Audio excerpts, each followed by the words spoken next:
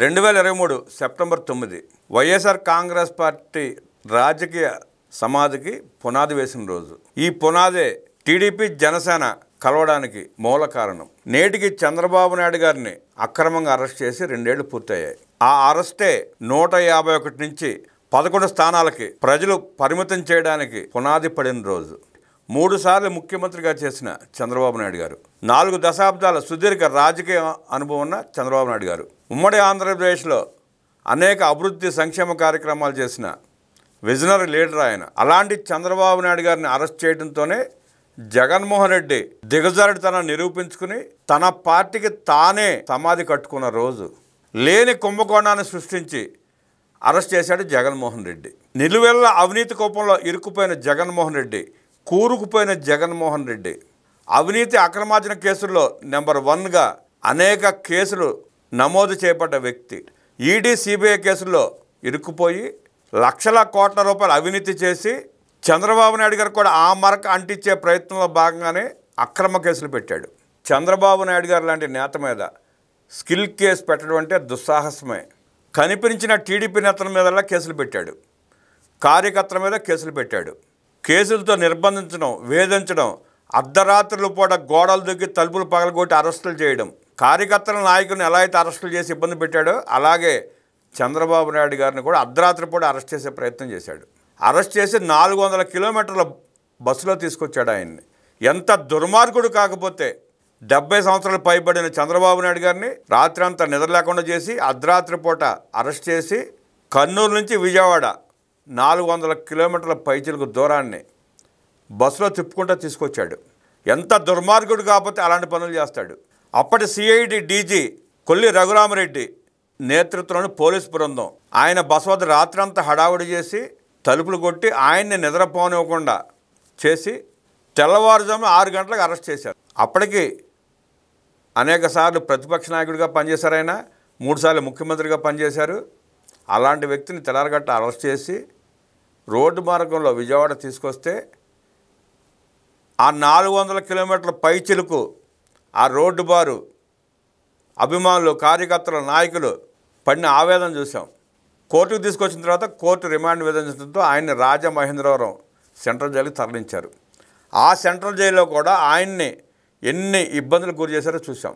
ములాఖాతులు లేవు, కుటుంబ సభ్యులను కూడా కలవనివ్వలేదు, సీసీ కెమెరాలు పెట్టి ఫోన్లు తీసుకెళ్ళనివ్వకుండా, ఫోన్లు మాట్లాడుకునే అవకాశం లేకుండా చేసిన దుర్మార్గుడు జగన్మోహన్ రెడ్డి. జైల్లో కనీస సౌకర్యాలు కల్పించాల. ఫ్యాన్ సరిగ్గా లేదు, దోమలు, టాయిలెట్ సరిగ్గా లేదు, దోమలు కుడుతున్నాయా మార్గం చూడండి అంటే జైల్లో దోమలు కుట్టక మల్లెపూలు వస్తాయా అంటూ హేళనగా మాట్లాడిన ఎదవలో సన్నాసులు ఉన్న వైఎస్ఆర్ కాంగ్రెస్ పార్టీ అది. నాడు జైలు శాఖ ఉన్నతాధికారిని అడ్డం పెట్టుకుని వైద్య పరీక్షల నివేదికలను తారుమారు చేశారు. అనారోగ్య సమస్యలను కూడా దాచిపెట్టే ప్రయత్నం చేశారు. చంద్రబాబు అక్రమ అరెస్ట్, జగన్ ప్రభుత్వ పతనానికి నాంది ప్రస్తావన. అప్పటికే ప్రజల్లో గూడు కట్టుకుని ఉన్న భయాందోళనలు ఆయన అరెస్టుతో పతాక స్థాయికి చేరాయి. 2024 సార్వత్రిక ఎన్నికల్లో వైసీపీకి దక్కిన 11 సీట్ల పతనానికి నాడే బీజం పడింది. చంద్రబాబు జైల్లో ఉన్నంత కాలం రాష్ట్ర వ్యాప్తంగానే కాకుండా ప్రపంచవ్యాప్తంగా ఉన్న తెలుగువారు నిరసన తెలిపారు. రోడ్ల మీదకి వచ్చి నిరసనల హోరెత్తించారు. ఆయనకు సంఘీభావంగా ఐటీ ఉద్యోగులు హైదరాబాద్లో ఏర్పాటు చేసిన సమావేశం చరిత్రలో నిలిచిపోతుంది. రాష్ట్ర వ్యాప్తంగా మహిళలు రోడ్డుపైకి వచ్చి నిరసన తెలిపారు. హైకోర్టు బెయిల్ ఇవ్వడంతో ఎట్టకేలకు 53 రోజుల తర్వాత 2023 అక్టోబర్ 31 చంద్రబాబు జైలు నుంచి విడుదలయ్యారు. రాజమహేంద్రవరం నుంచి విజయవాడలో నివాసానికి బయలుదేరిన ఆయనకు దారి పొడవునా ప్రజలు నీరాజనాలు పలికారు. సుమారు 200 కిలోమీటర్ల ప్రయాణం 14 గంటలకు పైగా పట్టిందంటే దారి పొడవున ఎన్ని లక్షల మంది ప్రజలు ఆయన కోసం నిరీక్షించారో, ఆయనకి సంఘీభావంగా ఆ రోడ్ల మీద కూర్చున్నారో ఆనాడు చూసాం. స్కిల్ కేసు అక్రమ కేసులకు పరాకాష్ఠగా నిలుస్తుంది. అవినీతి జరగకుండానే జరిగినట్టు చూపడం, ఐఏఎస్ అధికారులు ఇచ్చిన వాంగ్మూలాలనే తారుమారు చేయడం వంటి చిత్రాలెన్నో ఈ కేసులో చోటు చేసుకున్నాయి. కేవలం రాజకీయ కక్ష సాధింపుతో ఏ తప్పు చేయకపోయినా, ఎలాంటి ఆధారాలు లేకపోయినా ఏ స్థాయి వ్యక్తినైనా అరెస్ట్ చేయవచ్చని ఈ కేసు ద్వారా జగన్ సర్కార్ నిరూపించింది. ఆనాడు ఉన్న ఐఏఎస్ ఐపీఎస్లు కూడా ఆ దద్దమ్మ ప్రభుత్వానికి, సన్నాసి ప్రభుత్వానికి వంత పలికింది.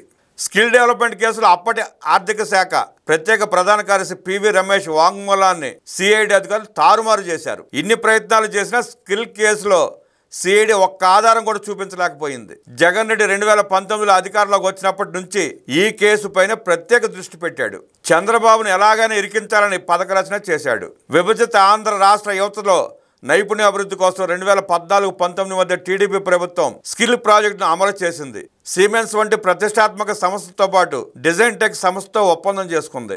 సుమారు 4 లక్షల మందికి శిక్షణ ఇచ్చారు. వీరిలో వేల సంఖ్యలో ఉద్యోగాలు కూడా పొందారు. చంద్రబాబు నాయుడు గారి విజనరీతో ఉమ్మడి ఆంధ్రప్రదేశ్లో ఆయన తీసుకొచ్చిన ఐటీ కంపెనీలో పనిచేస్తున్న ఉద్యోగులు స్కిల్ డెవలప్మెంట్ కార్పొరేషన్ ద్వారా శిక్షణ పొంది వేల సంఖ్యలో ఉద్యోగాలు పొందిన వారు, రైతులు, మహిళలు, యువత ఆనాడు 53 రోజుల పాటు రాష్ట్రం, దేశం యావత్ నిరసన తెలియజేయటం, రోడ్ల మీదకి వచ్చి సంఘీభావం తెలియజేయటం, జగన్మోహన్ రెడ్డి నిరంకుశత్వానికి వ్యతిరేకంగా పోరాటం చంద్రబాబు నాయుడు గారి మీద ప్రజలకున్న అభిమానాన్ని తేటతెల్లం చేసింది, ప్రపంచానికి చూపించింది.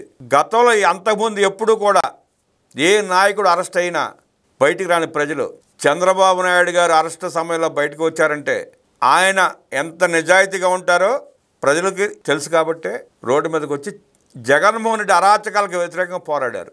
చంద్రబాబు నాయుడు గారు అరెస్ట్ అయిన దగ్గర నుంచి బయటకు వచ్చే వరకు నిద్రపోని వారు లక్షల్లో ఉంటారు. ఆహారం కూడా ముట్టని వారు లక్షల్లో ఉన్నారు. అది చంద్రబాబు నాయుడు గారి నిబద్ధత.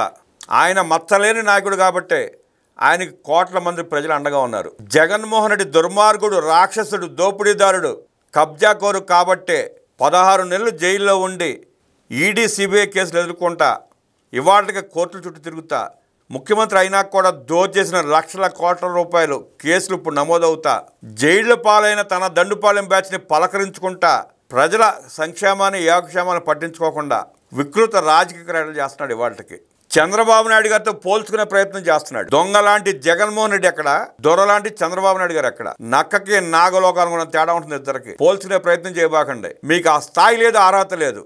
చంద్రబాబు నాయుడు గారు పేరెత్తే అర్హత కూడా మీకు లేదు. ప్రజలు కొదేసి 11కి పరిమితం చేసినా ఇంకా విష రాజకీయాలు చేస్తానే ఉన్నారు. దమ్ముంటే అసెంబ్లీకి వచ్చి మాట్లాడండి. ప్రజల పక్షాన మాట్లాడే అవకాశం ఉందో మీకు. దమ్ము, ధైర్యం ఉంటే అసెంబ్లీకి రండి, లేదంటే రాజీనామా చేయండి. ఉప ఎన్నికలకు రండి. ఎవరి పట్ల ప్రజలు ప్రేమ చూపిస్తారో తెలుస్తుంది, ఎవరు వెనకాల ప్రజలు ఉన్నారో తెలుస్తుంది. నిన్నగాక మొన్న పులివెందుల జడ్పీటీసీ ఎన్నికలో చాచి కొడితే డిపాజిట్ కూడా రాలా జగన్మోహన్ రెడ్డికి.